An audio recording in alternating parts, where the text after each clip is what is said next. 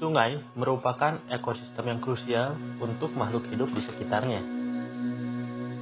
Pada tayangan video berikut ini, ikutlah bersama kami untuk melihat lebih dekat lagi Sungai Citarik, Kecamatan Solokan Jeruk, Kabupaten Bandung, Jawa Barat.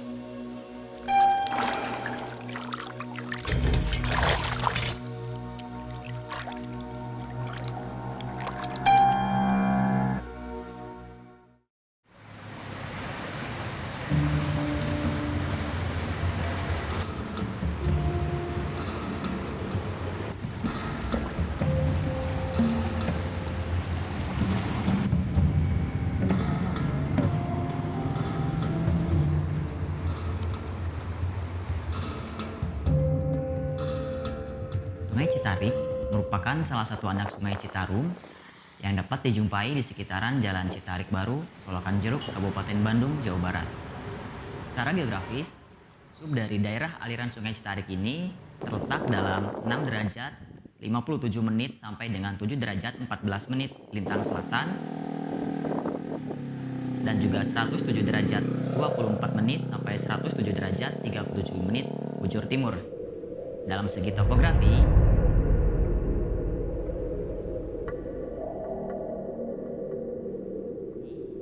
area dari sekitaran Sungai Citarik cukup beragam, mulai dari ketinggian 500 sampai dengan 1800 di atas permukaan laut, yang terdiri dari bukit maupun pegunungan. Secara alami, sungai memiliki fungsi dan perannya sendiri. Sungai pada hakikatnya merupakan saluran penampung air yang berfungsi untuk mengalirkan air dari hulu ke hilir maupun sampai ke muara. Dalam pemanfaatannya, masyarakat sekitar sungai biasanya memanfaatkan keberadaan sungai untuk mencuci, mandi, sebagai sumber air minum maupun sebagai mata pencaharian.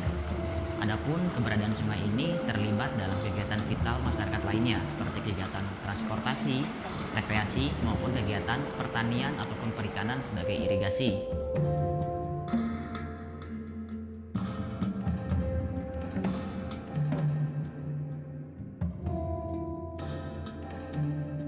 Dalam upaya pemanfaatan sungai, biasanya terdapat berbagai macam tantangan, baik yang disebabkan oleh alam maupun oleh tangan manusia sendiri. Dan akibatnya akan timbul berbagai macam permasalahan yang biasa dikenal dengan bencana. Adapun dari kanal media massa yang telah saya cari, berbagai masalah yang muncul dari Sungai Citarik ini diantaranya adalah permasalahan isu tentang sampah dan juga adanya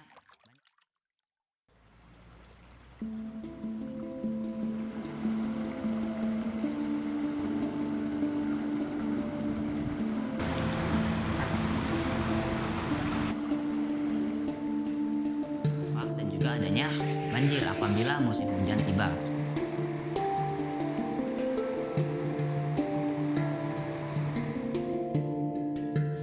Untuk memvalidasi kejadian sebenarnya di Sungai Citarik, kami undang beberapa warga yang tinggal di sekitar sungai untuk diminta kesaksian.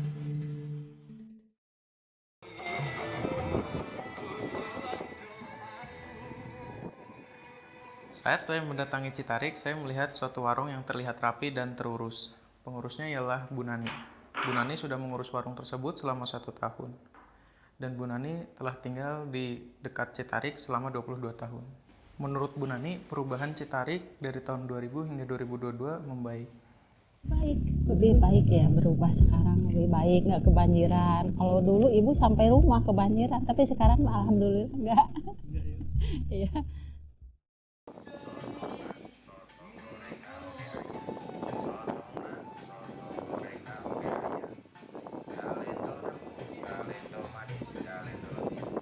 Saat menelusuri sungai, saya juga melihat ada seorang pengembala. Pengembala tersebut dipanggil saja Abah Emen. Abah Emen ini dahulunya ialah linmas yang sempat berinteraksi langsung dengan proyek pelebaran Sungai Citarik. Pihak berwenang dirasa kurang koordinasi dan kooperatif kepada Abah Emen. Abah tapi nggak dijadiin modal ke negara, tetap Abah mah nerima kusasa oge, nerima. Nah hanya mobil gede, hanya beko tilu, ya bener.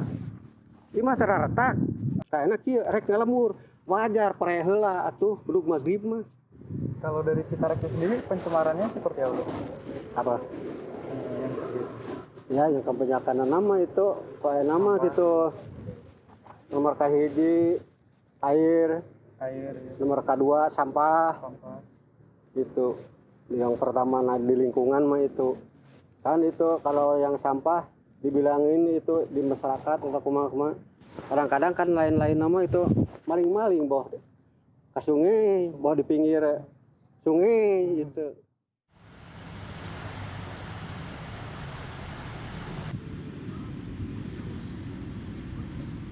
Selanjutnya saya wawancarai warga lokal yang bernama Pak Jajang. Ia lahir pada tahun 1968. Sejak kecil ia sudah beraktivitas di sekitar Sungai Citarik. Dampaknya ke rumah Bapak sendiri waktu banjir itu seperti apa, Pak? Wah, ya lumayan susah, parah ya gitu. Kalau misalkan bekas banjirnya itu ya yang belakang, kalau saya enggak kan di sini agak tinggi gitu. Sama dengan itu sama dengan rata jalan raya gitu. Tapi kalau ke belakang lihat aja sama itu tuh orang sana nih. Banyak lumpur sampai gini kan di rumah. Nah, justru itu yang susah itu lumpurnya gitu. Dahulu banjir di Sungai Citarik sangat lama, namun setelah tahun 2008 ke atas, setelah Sungai Citarik diperluas, banjir yang awalnya 1 minggu menjadi 1-2 hari saja. Yang paling banyak bawa sampah tuh yang sungai mana? Atau dua-duanya? Yang sampahnya sana, jadi dari sini kan dari sana itu Cikijing kan banyak itu industri. Kalau misalkan mulai hujan itu mungkin kesempatan membuang limbah gitu. Jadi pertama itu keluar itu hitam itu kemarin, wah, nah gitu. Limbah cair berarti, Pak? Iya, limbah cair. Sehingga masyarakat mengalami kesulitan air bersih.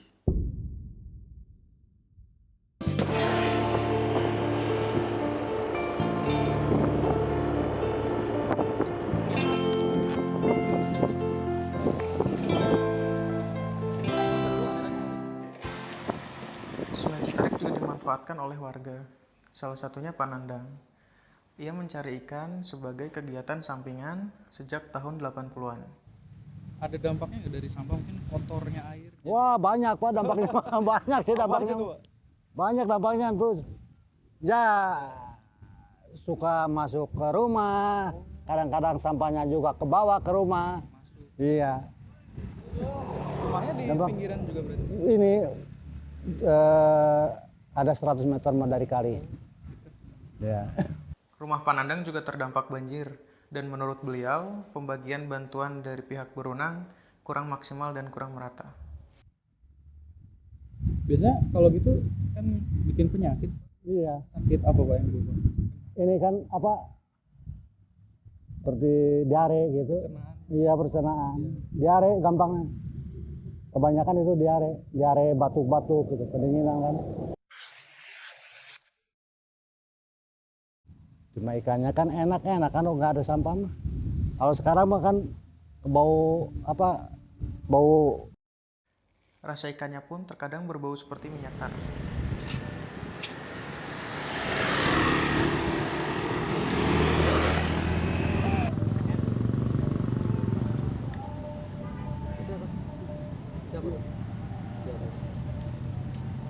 Dalam sektor pertanian, Sungai Citarik hanya digunakan airnya saja. Salah satu petaninya ialah Pak Jono, petani padi. Sejak tahun 80-an, Pak Jono sudah berkecimpung dalam pertanian. Perubahan dari Citarik tuh dari tahun 84 sampai sekarang apa aja, Pak? Perubahan ini dari kalau dulu itu sering banjir kan. Kalau sekarang kalau udah diperbaiki kan Lebar ya? lebar, ada pelebaran itu bagus sekarang. Jadi nggak kekurangan air gitu kalau musim tanam kemarau. Dampaknya sekarang ini udah dangkal lagi kan. Oh iya. Jadi belum dikeruk lagi. Jadi kalau musim hujan, tak kemarin juga bibit hampir kerendam semua. Peneliti sekaligus dosen geofisika Universitas Padjadjaran, Ibu Kartika Hajar Kirana, SPD MSI, memberi pendapat dan penjelasan lebih lanjut yang didapat dari hasil analisa penelitian permukaan Sungai Citarik. Kalau dilihat dari kualitas airnya, Bu, seberapa layak sih Bu, air Citarik ini digunakan oleh masyarakat? Oke, baik. Jadi kalau penggunaan itu ada dua. Baik untuk air yang kalau menurut Kemenkes itu ada untuk air minum, ada untuk higien sanitasi, begitu ya. Nah, keduanya ini tidak bisa digunakan oleh masyarakat. Walaupun sebetulnya kalau parameter fisika dan kimia, dari parameter fisika lah ya, itu electrical conductivity maupun total dissolved solid itu tidak menunjukkan sampai ambang batas atau melebihi ambang batas, tetapi kekeruhan air yang mempengaruhi. Nah, kemudian kalau kita tinjau dari parameter kimia, ada beberapa tempat yang memiliki parameter kimia di atas ambang batas. Jadi oleh karena itu amannya memang tidak digunakan untuk higien sanitasi maupun air minum, itu jauh sekali. Untuk faktor pencemaran sendiri itu mayoritas dicemari oleh apa, Bu? Oke. Nah, tadi seperti yang saya jelaskan di awal bahwa memang kita lihat bahwa sungai sungai ini melewati berbagai area industri gitu ya, tetapi memang banyak juga area residensial gitu ya, area penduduk. Sehingga kita menyimpulkan memang kebanyakan faktor dari pencemar itu adalah limbah domestik maupun limbah industri. Namun sampai saat ini memang penelitian ini belum dipublikasikan. Kebanyakan dan kemungkinan itu adalah dari limbah domestik.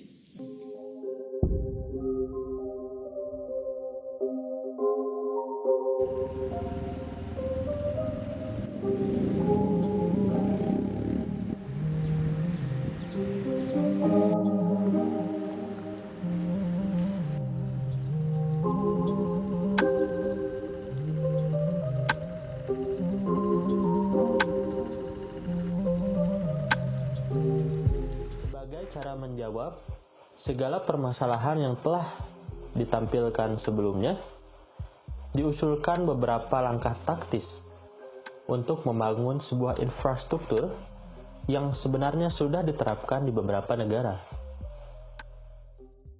Seringkali dijumpai sampah-sampah di sekitar Sungai Citarik. Menurut kesaksian warga, sampah ini didominasi oleh sampah atau limbah rumah tangga yang dihasilkan dari warga atau masyarakat di sekitar Sungai Citarik. Sampah-sampah ini akan terbawa arus dan menumpuk di beberapa lokasi di Sungai Citarik. Nah, tumpukan sampah ini seringkali menjadi penyebab terjadinya banjir di beberapa lokasi di sekitaran Sungai Citarik. Untuk mengurangi volume sampah, kami mendesain untuk membuat suatu inovasi dengan memanfaatkan tanggul yang ada di Sungai Citarik sebagai sistem untuk penjaring sampah. Pada bagian tanggul akan dibuat suatu penjaring dengan bahan besi yang memiliki ukuran lubang sekitar 2 cm, di mana nanti sampah-sampah yang melalui Sungai Citarik, terutama melalui tanggul ini, akan tertahan dan terjebak, sehingga sampah ini dapat kita kumpulkan dan dilakukan pengelolaan sampah di sektor 3R. Sampah yang tersaring ini sangat beragam. Oleh karena itu, kita perlu melakukan klasifikasi sampah-sampah berdasarkan dari bahannya. Contohnya seperti plastik, styrofoam, tanaman ataupun tumbuhan, besi, dan lain-lain. Adapun beberapa inovasi yang dapat dilakukan untuk melakukan pemilihan sampah diantaranya adalah: yang pertama, kita mulai dari rol berjalan yang akan membawa sampah-sampah menuju beberapa sektor.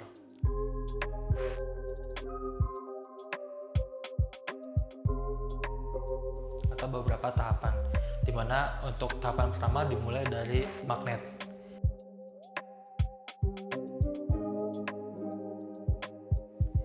Jadi sampah-sampah yang memiliki sifat logam akan tertahan di sektor ini, sedangkan sampah-sampah yang bersifat non-logam akan terus melalui tahap berikutnya. Kemudian pada tahapan yang kedua yaitu ada sensor inframerah, di mana sensor inframerah ini sangat sensitif terhadap bahan-bahan yang bersifat organik seperti dedaunan, tumbuhan, pepohonan, dan lain-lain. Nah, pada tahapan ini sampah-sampah yang bersifat anorganik akan lolos ke sektor berikutnya. Kemudian untuk sektor yang ketiga ada tahapan penjaringan,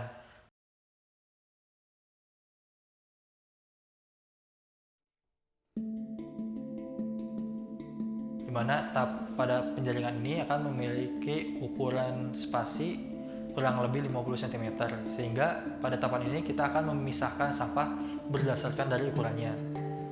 Ukuran sampah yang memiliki panjang lebih dari 50 cm akan terjaring seperti styrofoam dan lain-lain, sedangkan untuk ukuran sampah yang kurang dari 50 cm akan lolos ke tahapan berikutnya seperti plastik. Kemudian untuk tahapan yang keempat, yang terakhir, ini adalah tahapan penggilingan, di mana pada proses ini kita akan melakukan pemisahan sampah berdasarkan dari bobotnya.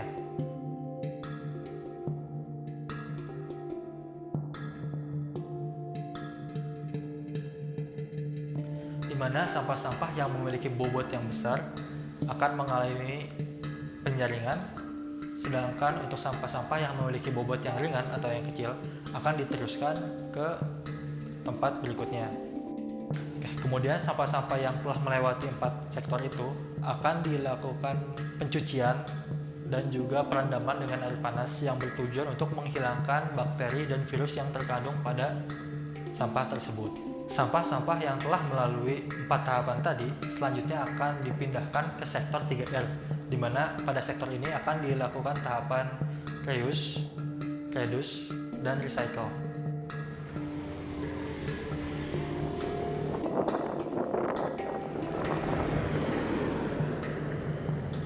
Kemudian sektor 3R, di mana setelah sampah dipisahkan, maka akan dapat melanjutkan ke sektor 3R berupa yaitu reuse, reduce, dan juga recycle.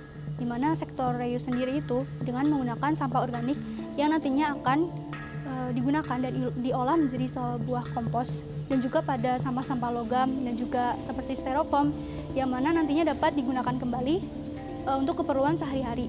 Lalu kemudian untuk sektor reduce, di mana akan dilakukan 2 cara pengolahan, yaitu dengan membakar dan juga mencacah si sampah tersebut. Di mana dengan dibakar, maka sudah pasti sampah tersebut akan musnah.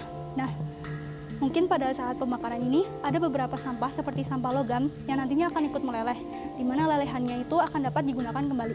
Nah, kemudian pada proses pencacahan, sampah-sampah yang dicacah ini nantinya akan dapat digunakan sebagai produk campuran untuk membuat seperti paving block dan lain sebagainya. Sedangkan pada sektor recycle sendiri, dari beberapa cara pengolahan, maka akan menghasilkan suatu produk dari sampah tersebut yang nantinya tentunya akan lebih bermanfaat. Kemudian teknologi pengumpulan sedimen menggunakan oxbow buatan, di mana urgensinya didapatkan dari hasil wawancara warga dan masyarakat yang menyebutkan bahwa mereka sangat terganggu dengan adanya pendangkalan sungai, di mana pendangkalan sungai ini menyebabkan terjadinya banjir, sehingga banjir ini akan membawa luapan-luapan sungai seperti lumpur dan material sedimen yang mengotori rumah mereka. Nah, sehingga dibuatlah suatu gagasan mengenai teknologi pengumpulan sedimen ini. Nah, teknologi pengumpulan sedimen ini, bagaimanakah cara kerjanya? Yaitu seperti oxbow alami, di mana oxbow buatan ini akan digunakan di saat arus sungai ini sangat deras dan juga sangat kuat, sehingga arus ini akan membawa sedimen-sedimen dan juga material yang nantinya menjadi faktor utama pengendapan dan juga pendangkalan sungai. Arus sungai yang kemudian menjadi deras dan juga kuat, maka dengan adanya oxbow buatan ini akan dialirkan ke si oxbow buatan, dan kemudian kita akan menutup jalur utama dari si sungai dengan menggunakan sebuah pintu otomatis yang dapat dikontrol. Nah, dari oxbow buatan ini, dia akan menjadi tempat penampungan dari sedimen dan juga material-material yang terbawa saat arus sangat deras. Sehingga dengan terkumpulnya sedimen dan material-material ini di satu titik, maka hal ini akan memudahkan pengangkutan si sedimen tersebut tanpa membutuhkan suatu pengerukan sungai. Nah, setelah dirasa bahwa arus ini telah kembali seperti semula atau melambat pada saat musim kemarau, maka kita kemudian dapat menutup si oxbow buatan ini dan akan mengembalikan kembali si jalur asli dari si sungai dengan membuka pintu otomatis tersebut yang tadi disebutkan. Tentu saja, harapan semua orang, bagaimanapun caranya kelak untuk memperbaiki sungai ini, yang terpenting sungai ini dapat lebih baik lagi ke depannya, agar dapat menyokong kehidupan manusia, makhluk hidup di sekitar, dan juga melestarikan lingkungan.